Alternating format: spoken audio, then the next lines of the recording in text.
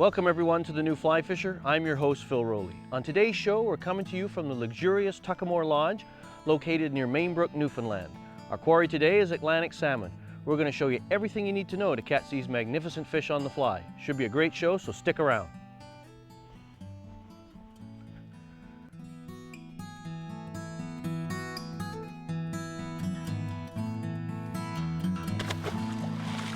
Let him go back to live another day. And away he goes. Great fish. Wow.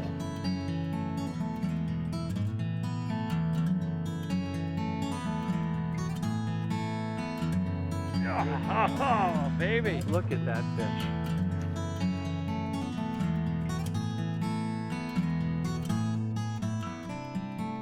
Stop, wiggle, on the way down.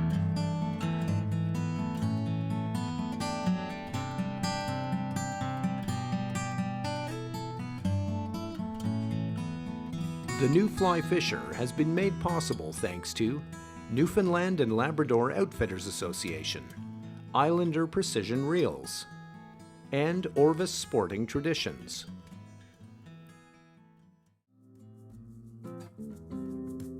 On today's show, we visit the scenic northern peninsula of Newfoundland near the seaside town of Mainbrook as guests of Tuckamore Lodge. Tuckamore Lodge provides 4-star accommodations and is a short drive from a number of Atlantic salmon rivers and streams. In addition to Atlantic salmon, this region offers ecotourism along with a number of unique attractions such as Lancey Meadows National Historic Site. Lancey Meadows is home to an ancient Viking village, the earliest recorded settlement in North America. Wildlife abounds in the area. Visitors can expect to see moose, fox, birds, and whales. During the summer months, humpback and minke whales along with Atlantic bottlenose dolphins work the coastal waters. Icebergs are another natural beauty common to the area. The Atlantic salmon boasts a rich cultural heritage on both sides of the Atlantic Ocean. Atlantic salmon have a unique history and mystique that traces back over 25,000 years. Known scientifically as Salmo salar, or the leaper, the Atlantic salmon is one of the most aggressive salmon species, although it is more closely related to the brown trout than its distant Pacific cousins. Atlantic salmon are speed merchants, capable of bursts in excess of 20 miles per hour and able to leap heights of 12 feet. Each spring, thousands of Atlantic salmon hatch from eggs laid in the previous autumn. After consuming their egg sacs from the alevin stage, tiny Atlantic salmon fry wiggle free from their gravel reds and begin feeding on microscopic organisms. Fry grow and progress into small parr that are easily identified by their aggressive nature and vertical markings.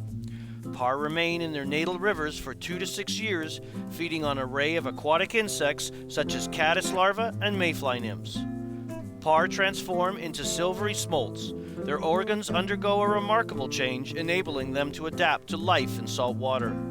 Smolt migrate to sea where they spend 1 or more years. Fish that spend only 1 year at sea are known as grilse. Grilse are smaller fish, running between 1 to 2 kilograms or 2.5 to 5 pounds. Salmon spend more than a year at sea and range from 4 to 20 kilograms or 10 to 40 pounds.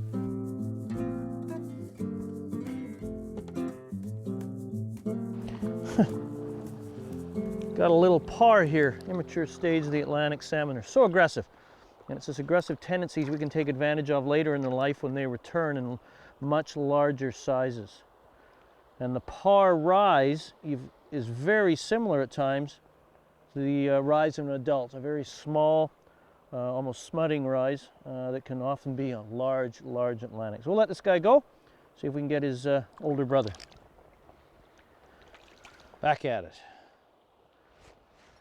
Not the biggest Atlantic. It's looks like a grilse, which is in the life cycle of an Atlantic, is a fish that's gone out to the ocean for maybe 1 year and has returned. Atlantic salmon can spawn multiple times throughout their lifetime, unlike their Pacific cousins. There you go. Beautiful grilse right there. You can see the fight a little grilse like that gives. Imagine what a big brother is going to be like. So we're just going to unhook him Let him get a drink, and we'll let him swim off. Whoops. And there he goes, off behind. So there you go. Beautiful little grilse. We're going to head out there and see if we can catch us another one.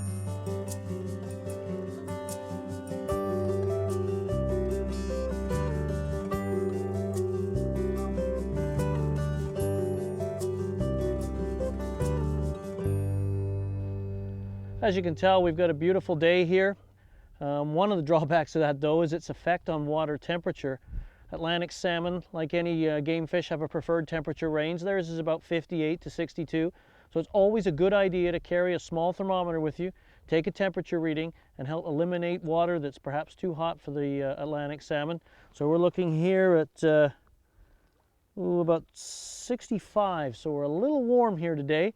So we're going to look for areas of oxygenated water, such as the current tongues you can see behind me here. So water temperature is a critical element to finding Atlantic salmon.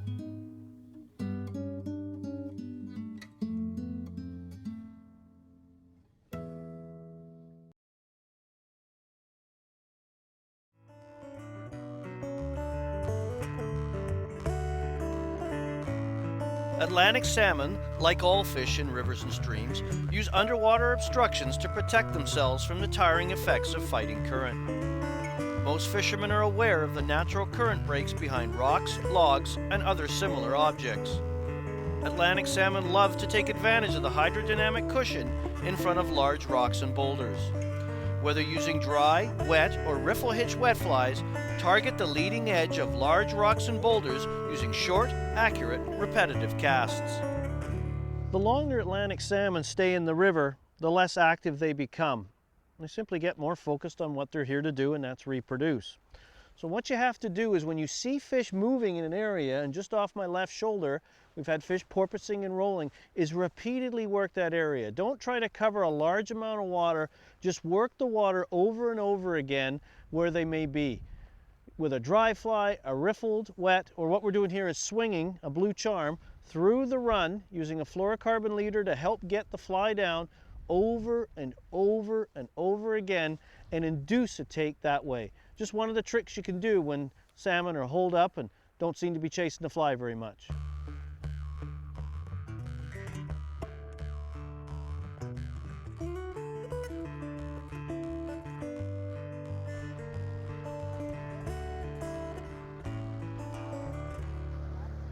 Thought I'd take a moment to go over the basic equipment requirements for chasing Atlantic salmon on the fly.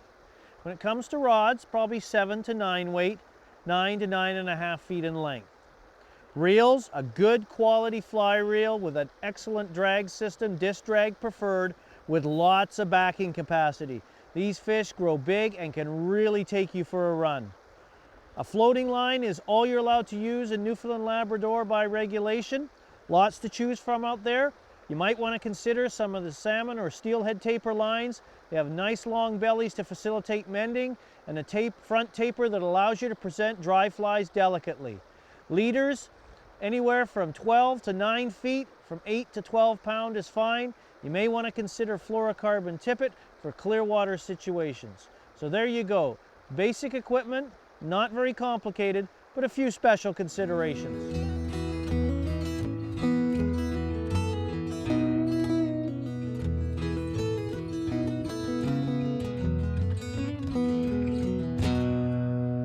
I'd take a moment to go through a series of flies that you might want to consider when you go out on your Atlantic salmon journey. And we'll start with the dry flies. And believe it or not, your standard trout dries are a great place to start. So this is a crystal winged royal wolf. Any of the wolf flies are a great consideration. A royal humpy, white wolf, one of the myriad of bug flies that are out there, bomber. These are all great flies. Your standard trout flies anywhere from size 10 to 8. Similar size range for your bugs, and your bombers can be as big as a number 2. We've seen them in some of the stores here, but probably 6s and 8s and maybe a 4 are the most common. So there you go. Simple dry flies, dead drifting. It's the best way to take Atlantic salmon.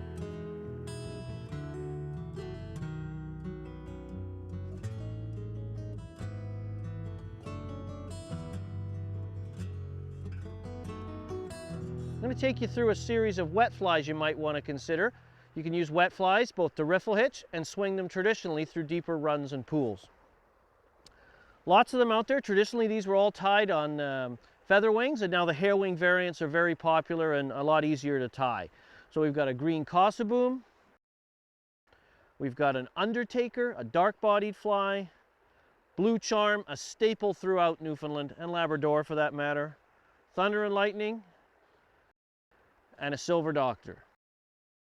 So there you go, a simple selection of wet flies. Your Atlantic salmon box does not need to be complicated.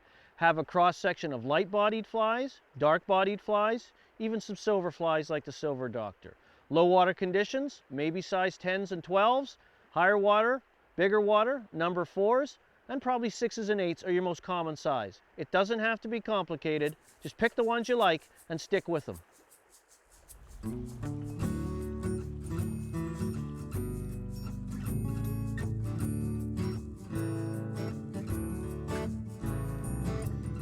It's midsummer here in Newfoundland, and rivers, like many across the continent, are at their lowest flows.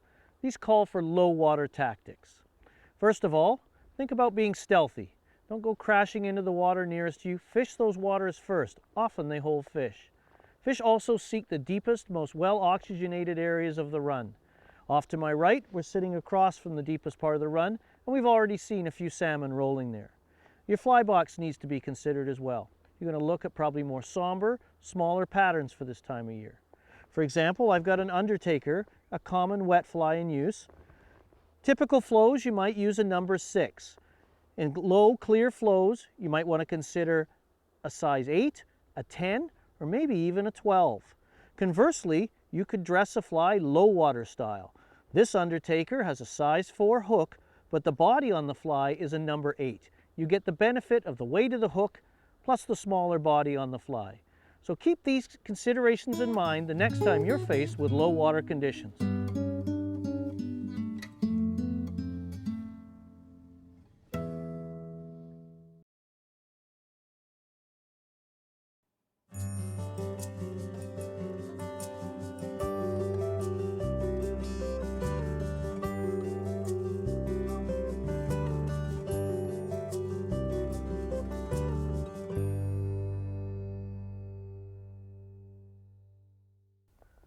One of the primary presentation techniques for Atlantic salmon here in Newfoundland and Labrador is the dead drift dry fly.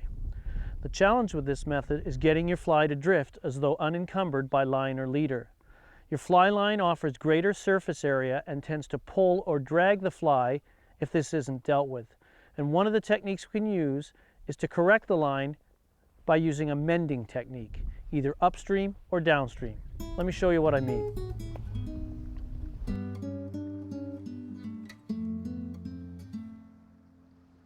This is probably the most common mend you'll use, typically used on faster flows like I have in front of me. It's going to pick my cast up, lay it down, lift from a low rod position, and lay the line upstream of the fly. Just like that. Low and lift. You want to be gentle and deliberate with your movements. You don't want to jerk the fly. So to pick it up, lay down, low rod, lift and lay upstream, and allow the fly to drift downstream, dead drift. The size of the water and the current speed will dictate how big a mending motion you have to make and how many times you have to make that motion throughout the presentation to keep your fly drag free.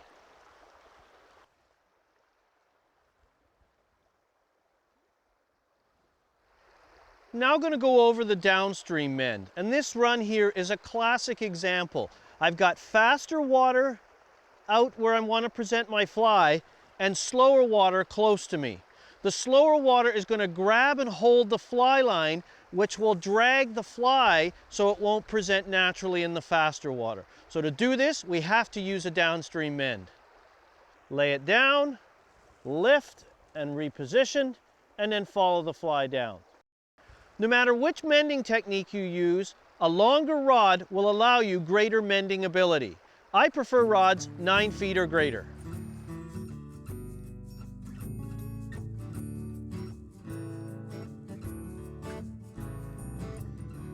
Everybody likes to get salmon on a dry fly or a riffled wet When salmon are active, they'll come up and chase these flies. But right now it's late in the season, the salmon are getting less and less active, and you have to go down and get them. And we're doing that with an old traditional method called the wet fly swing. I've got a number 6 blue charm, about 9 feet of fluorocarbon leader and tippet. We use fluorocarbon because it sinks faster than traditional mono or copolymer leaders. And we're just making a quartering cast, basically off my shoulder, allowing the fly to sink on a tight line and following it around and just feeling for a bump or hopefully a good grab as a fish takes it. And it's as simple as that. The wet fly swing, it's very effective when fish aren't willing to chase the fly.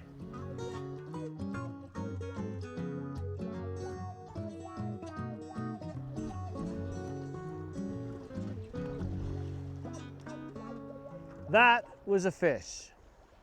Subtle, subtle peck. Thought I'd ticked a rock. But that's what we're doing. We're just trying to stay as tight to the fly as we can, mend and sink. And the takes are coming in this lower quadrant. The cast up here is to sink the fly and get it down. We cannot use weighted flies, so we have to use a combination of the fly's weight and a fluorocarbon leader and time to let the fly drift through. And we know we're getting down because we're hooking bottom from time to time. There we go, get the fly back.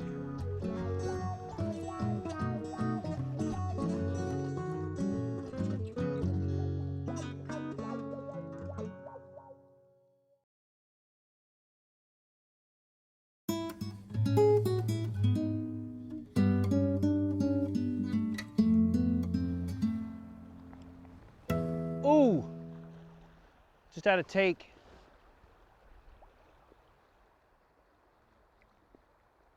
Fish on, fish on, fish on, yeah! All right, swinging the wet fly. Just at the mouth of the river here, the fish are stacking up. They're a little dour. They've been in the river a while. Oh, this is a magnificent fish, magnificent. I'll get them on the reel. The nice thing is, hopefully if I can keep them on, because these are like supercharged freight trains, that I can use the shallow water to my advantage, because he's got no rocks and things, hopefully, to wind me around.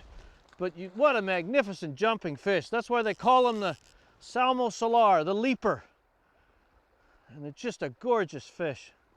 It's a nice salmon. I think we've run into grills and other areas, but this seems to be a beautiful looking salmon. Right here. Oh, Junior's got his glove on.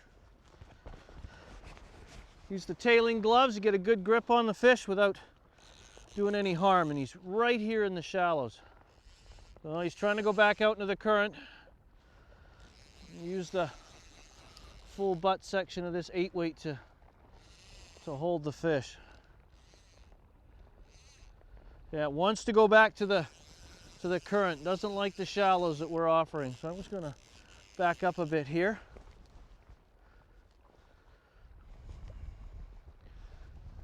Sees Junior there, doesn't want anything to do with that. All right, he's going around your legs, Jake. He's going around behind.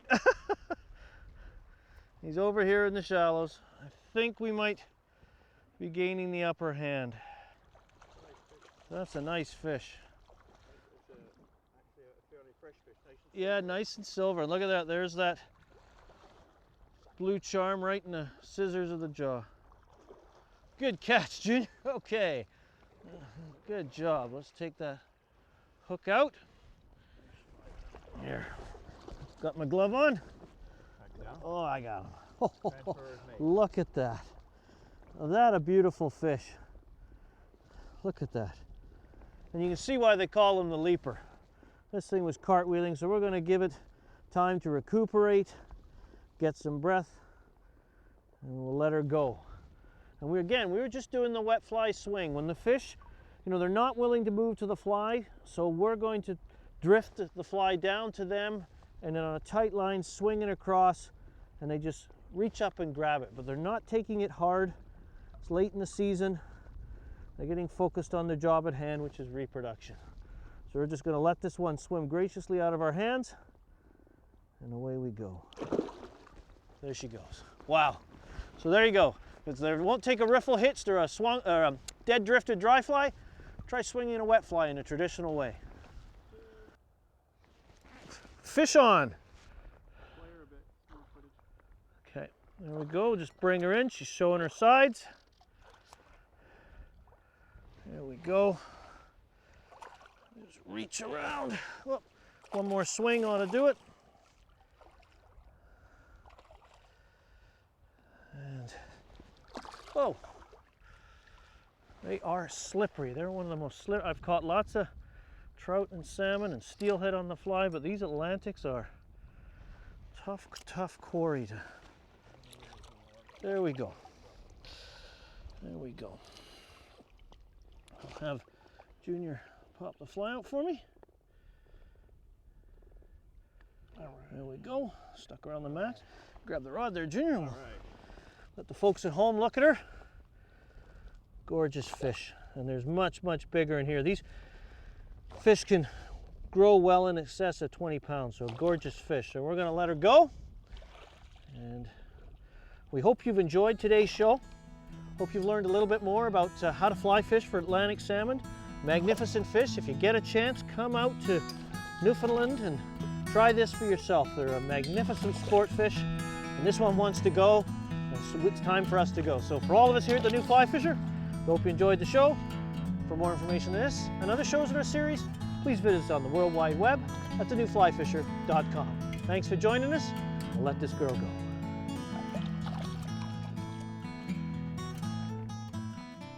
The New Fly Fisher has been made possible thanks to Newfoundland and Labrador Outfitters Association, Islander Precision Reels, and Orvis Sporting Traditions.